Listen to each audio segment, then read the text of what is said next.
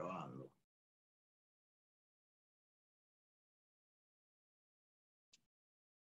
Estimados amigos, buenos días a Un Café con José Noguera.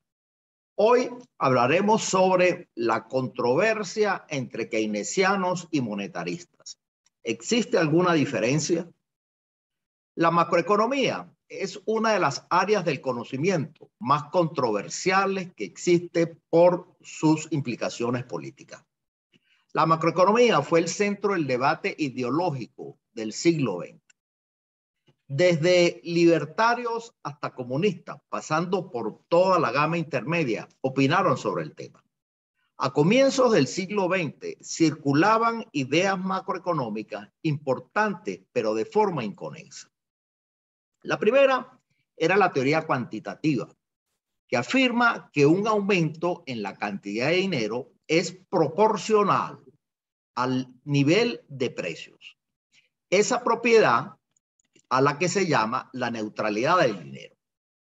La otra era que un aumento en la cantidad de dinero temporalmente se refleja parcialmente en un aumento en la producción y el empleo y parcialmente en un aumento en los precios.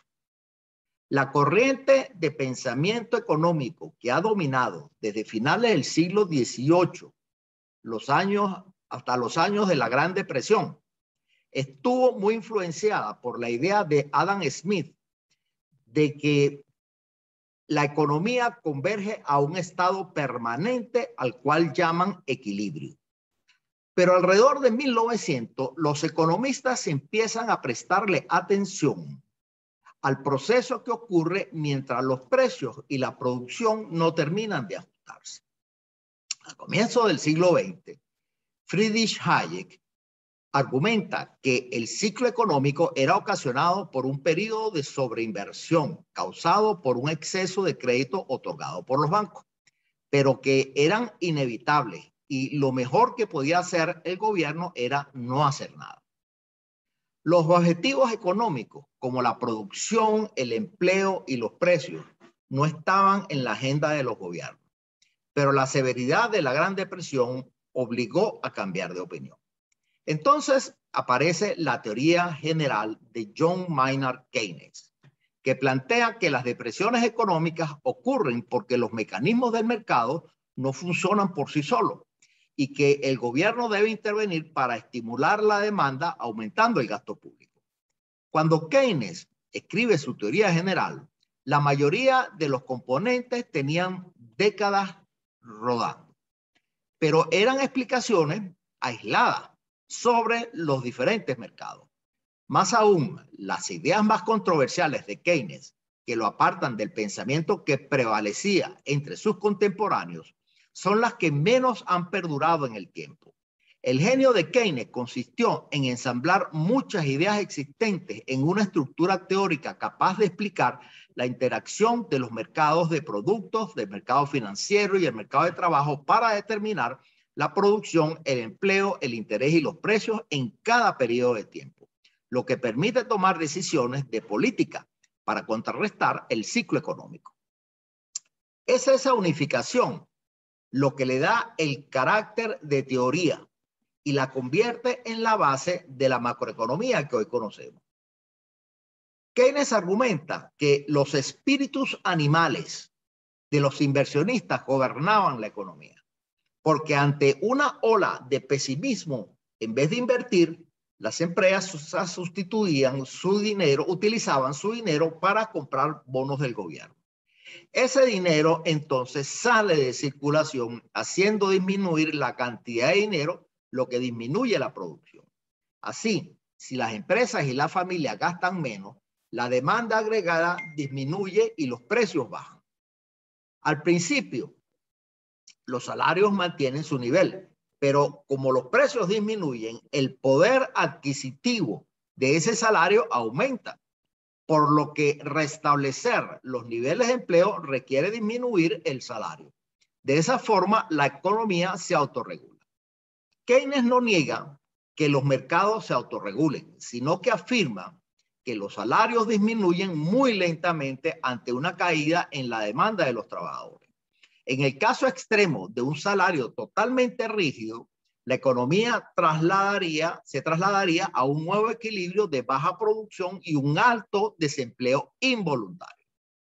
Keynes propone que el gobierno gaste lo que no quieren gastar los inversionistas, de forma que la demanda total y por ende la inversión y el empleo se mantengan constantes, lo que evitaría las crisis prolongadas de desempleo y le daría al gobierno una responsabilidad que hasta ahora no había tenido. Según Keynes, una expansión monetaria tiene un efecto similar.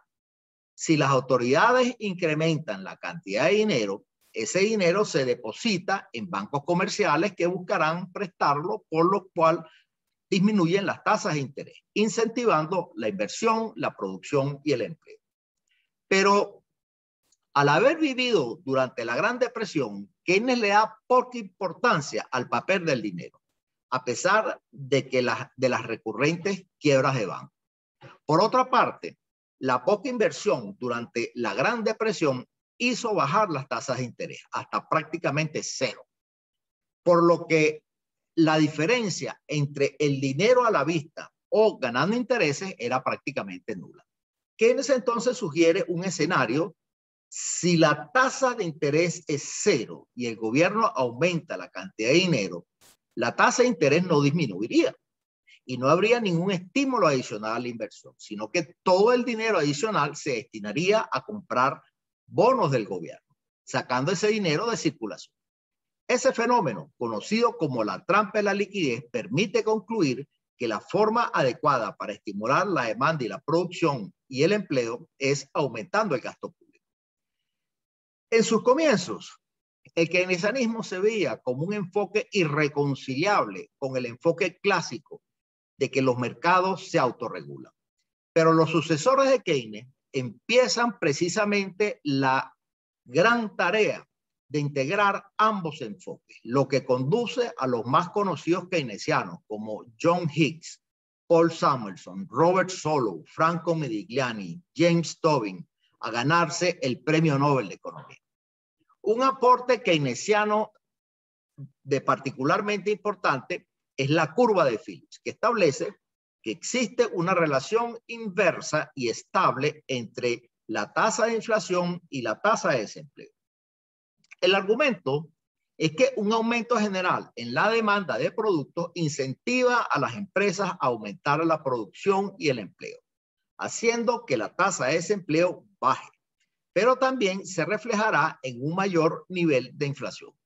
Las implicaciones de política fueron muy importantes, ya que su aceptación implica la existencia de muchas tasas de desempleo en equilibrio, cada una asociada con una tasa de inflación diferente. Y el papel de los gobiernos sería decidir la combinación adecuada entre inflación y desempleo. Los años 50 y los años 60 son el reinado del keynesianismo y sus prescripciones de política. Pero desde los años 50, un grupo nuevo de académicos de la Universidad de Chicago, los monetaristas, liderados por Milton Friedman, estaba objetando la teoría keynesiana. Friedman retoma el enfoque clásico de que los mercados se autorregulan.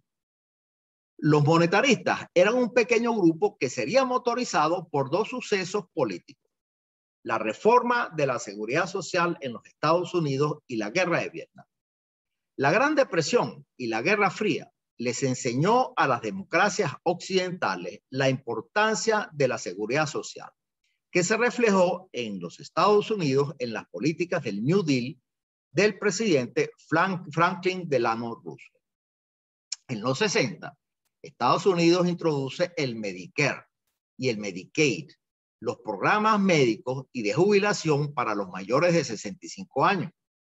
También ocurre la guerra de Vietnam.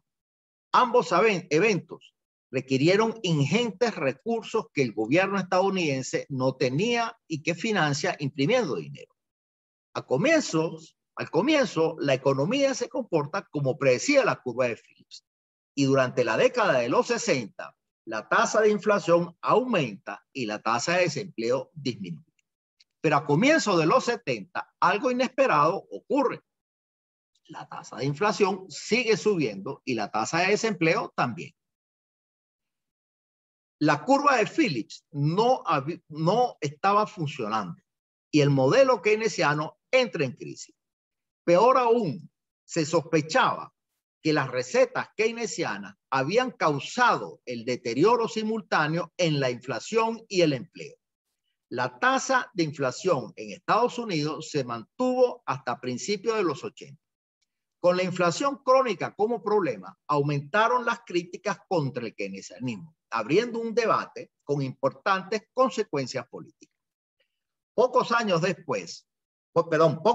antes, en 1967, un discurso de Milton Friedman en la 18ª Asamblea Anual de la Asociación Americana de Economistas resultó profético.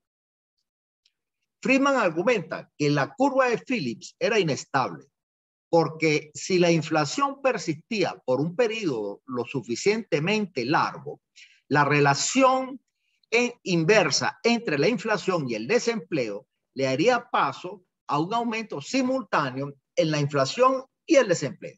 Precisamente lo que ocurrió pocos años después en los 70. El argumento fue demoledor para el keynesianismo. Como los keynesianos, para Friedman, un aumento permanente en la cantidad de dinero hace disminuir la tasa de interés y estimula la inversión y la demanda y hace aumentar la inflación y la producción y el empleo, tal como decía la curva de Phillips. Pero para Friedman, la historia no termina allí.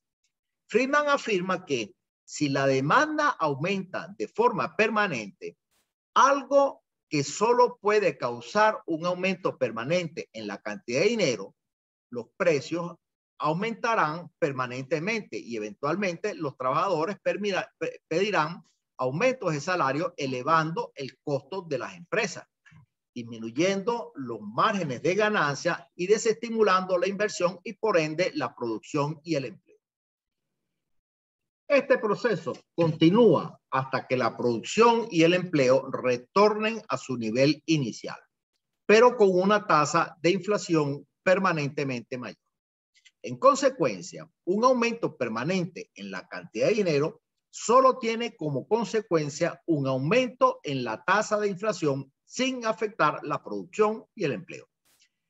Friedman etiqueta a la tasa de empleo a la cual la economía tiende a permanecer como la tasa natural de empleo. Sobre la Gran Depresión, Friedman desafía la hipótesis sobre la rigidez de salario, afirmando que estos son flexibles y que en consecuencia el desempleo no es involuntario, sino que es la consecuencia de una resistencia de los trabajadores a disminuir sus salarios en respuesta a un menor nivel de precio. Un nuevo elemento que introduce aquí Friedman es el papel de las expectativas. Como los trabajadores se rehúsan a disminuir su salario en respuesta a una disminución de precio, no habrá suficiente dinero para pagarles a todos, de donde resulta un aumento en el desempleo. Pero tan pronto como las expectativas aceptan la realidad, la economía retorna a su nivel natural. Así, el intercambio entre la inflación y el desempleo es temporal. Durante los 70, cada vez más economistas estadounidenses y europeos en la academia y en el gobierno compraron las tesis de Friedman, pero ¿podían los monetaristas cantar victorias sobre los keynesianos? La respuesta es no.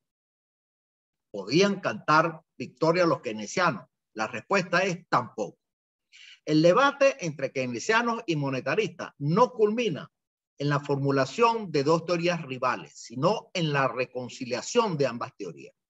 Al final de este debate, los keynesianos adoptan los planteamientos monetaristas más importantes para explicar su teoría, pero también los monetaristas usan el aparataje teórico desarrollado por los keynesianos.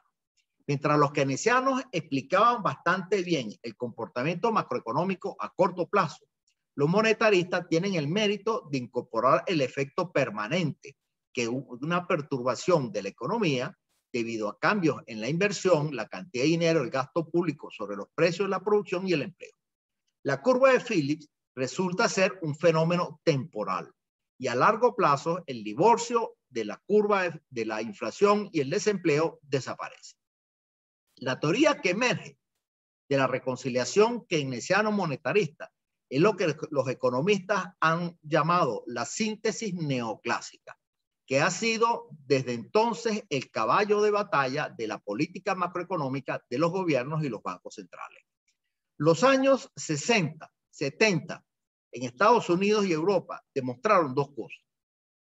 La primera fue la importancia de la política monetaria como el determinante más importante de la inflación y que el largo plazo de Keynes no era tan largo y que cuando llegue todavía estaremos vivos y por ende debemos preocuparnos por él. Pero si ambos aceptan la misma teoría, ¿cuál es la polémica? Friedman enfatiza sobre la inflación, pero Keynes escribió sobre un mundo donde predominaba el patrón oro y el nivel de precios no cambia sustancialmente. No existía el fenómeno de la inflación, pero Keynes aceptaba la neutralidad del dinero y se oponía a generar situaciones de inflación permanente, como argumenta en su libro Las consecuencias económicas de la paz. Keynes también asumió la hipótesis neoclásica, como lo hicieron los monetaristas.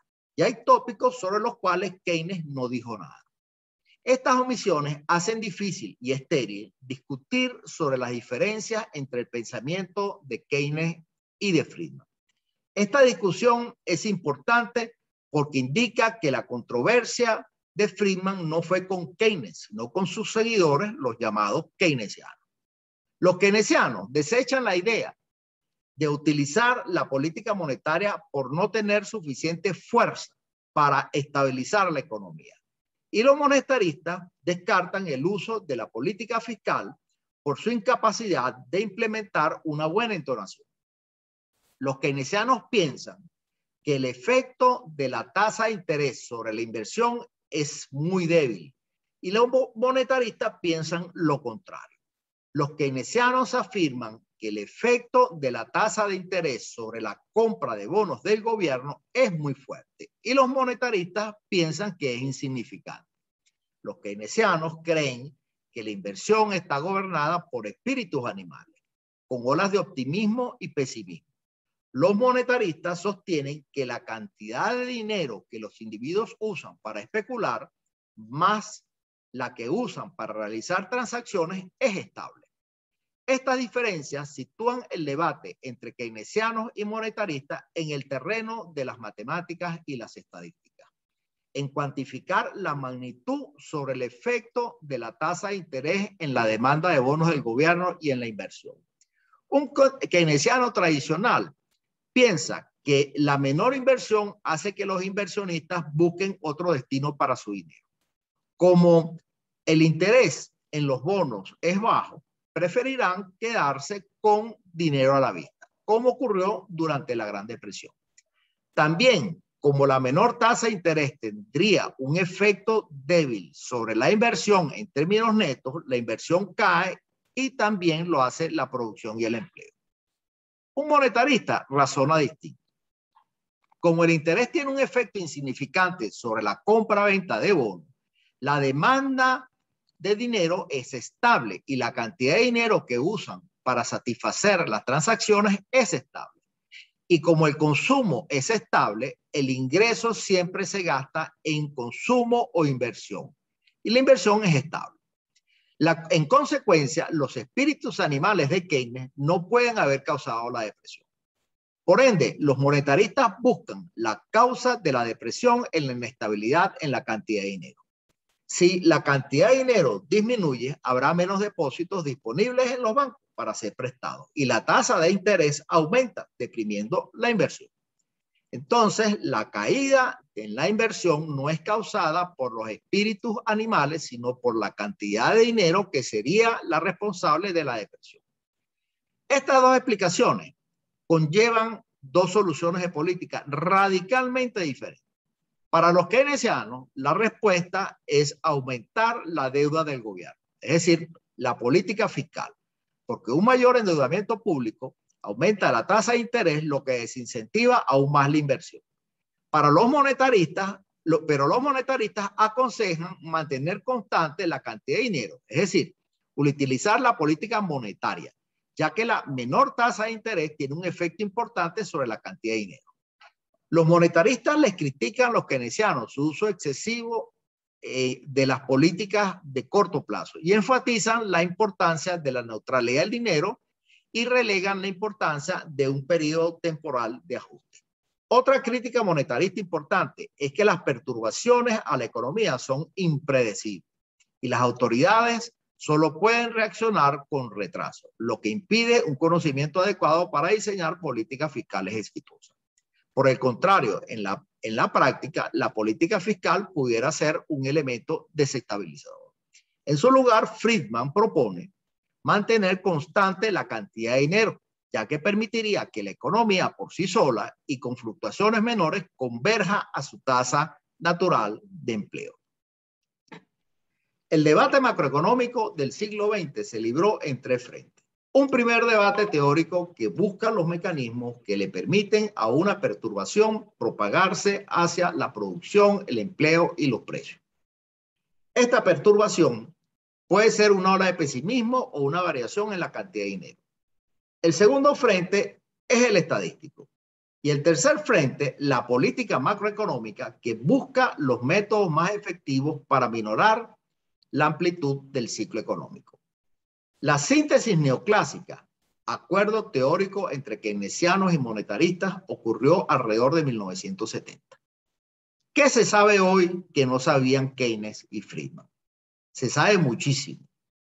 La macroeconomía ha sido tema permanente de controversia, no solo entre economistas, sino también a nivel de políticos y en general a nivel de la población. La presentación usual ante el público no experto es la divergencia de ideas y opiniones con consecuencias radicalmente distintas, con una sucesión de batallas, revoluciones y contrarrevoluciones ideológicas. En parte, la controversia se presenta como una rivalidad entre bandos en pugna, porque esa es la noticia que vende, pero también porque sirve para fundamentar las posiciones políticas fundamentalmente ideológicas entre quienes creen que todo debe ser regido por el mercado y aquellos que piensan que ese rol lo debe tener el Estado, o quienes proponen una combinación de las dos anteriores. No obstante, para sorpresa de los muchos que piensan así, en vez de una contienda entre doctrinas o ideologías antagónicas, la historia de la macroeconomía es una acumulación de conocimiento que ha avanzado en zigzag, en la que muchas ideas se han ido integrando y muchas otras se han ido desechando. Después de Friedman, Robert Lucas utiliza el concepto de expectativas racionales, introducido por John Muth, para entender mejor cómo los individuos toman decisiones a través del tiempo y desarrollar un sinnúmero de modelos matemáticos, reinterpretando uno que había sido desarrollado por Frank Ramsey en 1928, que se ha utilizado para entender cómo el ahorro y la inversión son afectados por la fecha de expiración de un préstamo, la existencia de individuos o generaciones con diferentes características y por los mercados internacionales. Luego, la atención se volcó a entender el comportamiento macroeconómico, cuando los individuos toman decisiones en situaciones de incertidumbre. Trabajo emprendido por Robert Hall y extendido por Robert Lucas y Thomas Sargent, con la incorporación de técnicas matemáticas avanzadas como la programación dinámica estocástica. La incorporación de las rigideces de precios y salarios a las expectativas racionales tuvo implicaciones profundas. Simultáneamente, el desarrollo del enfoque del ciclo real de negocios de Finn Kinland y Edward Prescott produjo otros puntos de vista. A finales de los 80, la macroeconomía parecía estar más dividida que nunca. pero todos los enfoques se reconcilian durante los 90, en lo que hoy conocemos como la nueva síntesis neoclásica, que en lo esencial provee la misma síntesis neoclásica alcanzada por keynesianos y monetaristas, pero con una sólida estructura teórica que permite entender bien muchos escenarios que antes hubieran sido siquiera imposibles de abordar.